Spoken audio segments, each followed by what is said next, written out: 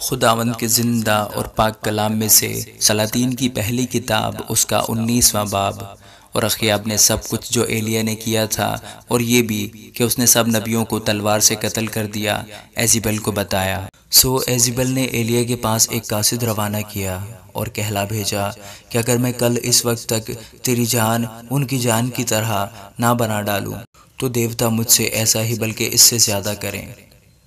جب اس نے یہ دیکھا تو اٹھ کر اپنی جان بچانے کو بھاگا اور بیر سبا میں جو یہودا کا ہے آیا اور اپنے خادم کو وہیں چھوڑا، اور خود ایک دن کی منزل دشت میں نکل گیا اور جھاؤ کے ایک پیڑ کے نیچے آ کر بیٹھا اور اپنے لیے موت مانگی اور کہا بس ہے، اب تو اے خداوند میری جان کو لے لے، کیونکہ میں اپنے باپ دادا سے بہتر نہیں ہوں۔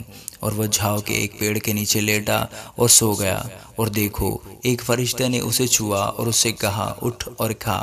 اس نے جو نگاہ کی تو کیا دیکھا کہ اس کے سرہانے انگاروں پر پکی ہوئی ایک روٹی اور پانی کی ایک سراہی دھری ہے۔ سو وہ کھا پی کر پھر لیٹ گیا، اور خداوند کا فرشتہ دوبارہ پھر آیا اور اسے چھوا اور کہا اٹھ اور کھا کہ یہ سفر تیرے لیے بہت بڑا ہے۔ سو اس نے اٹھ کر کھایا پیا، اور اس کھانے کی قوت سے 40 دن اور 40 رات چل کر خدا کے پہاڑ حورب تک گیا، اور وہاں ایک غار میں جا کر ٹک گیا۔ اور دیکھو خداوند کا یہ کلام اس پر نازل ہوا کہ اے ایلیا تو یہاں کیا کرتا ہے؟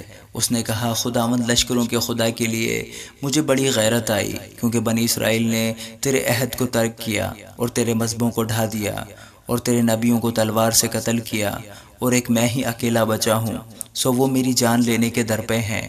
اس نے کہا باہر نکل اور پہاڑ پر خداوند کے حضور کھڑا ہو۔ اور دیکھو خداوند گزرا، اور ایک بڑی تند آندھی نے خداوند کے آگے پہاڑوں کو چیر ڈالا اور چٹانوں کے ٹکڑے کر دیے، پر خداوند آندھی میں نہیں تھا۔ اور آندھی کے بعد زلزلہ آیا، پر خداوند زلزلہ میں نہیں تھا۔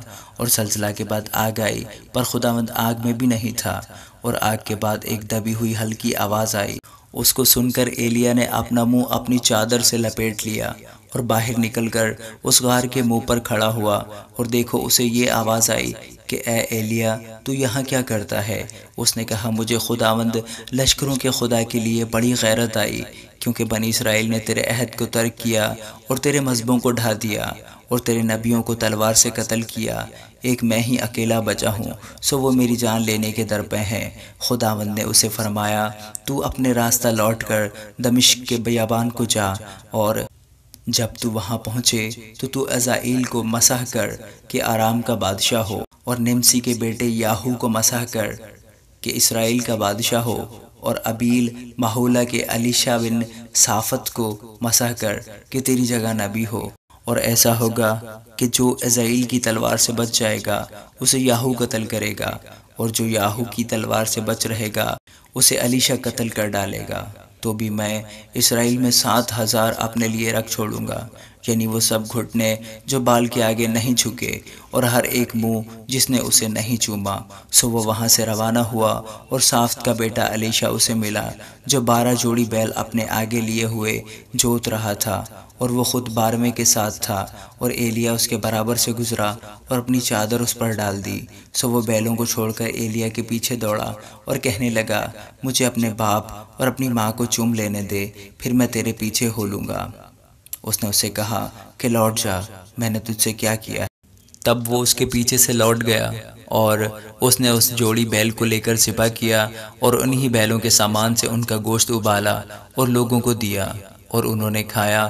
تب وہ اٹھا اور ایلیا کے پیچھے روانہ ہوا اور اس کی خدمت کرنے لگا۔ آمین۔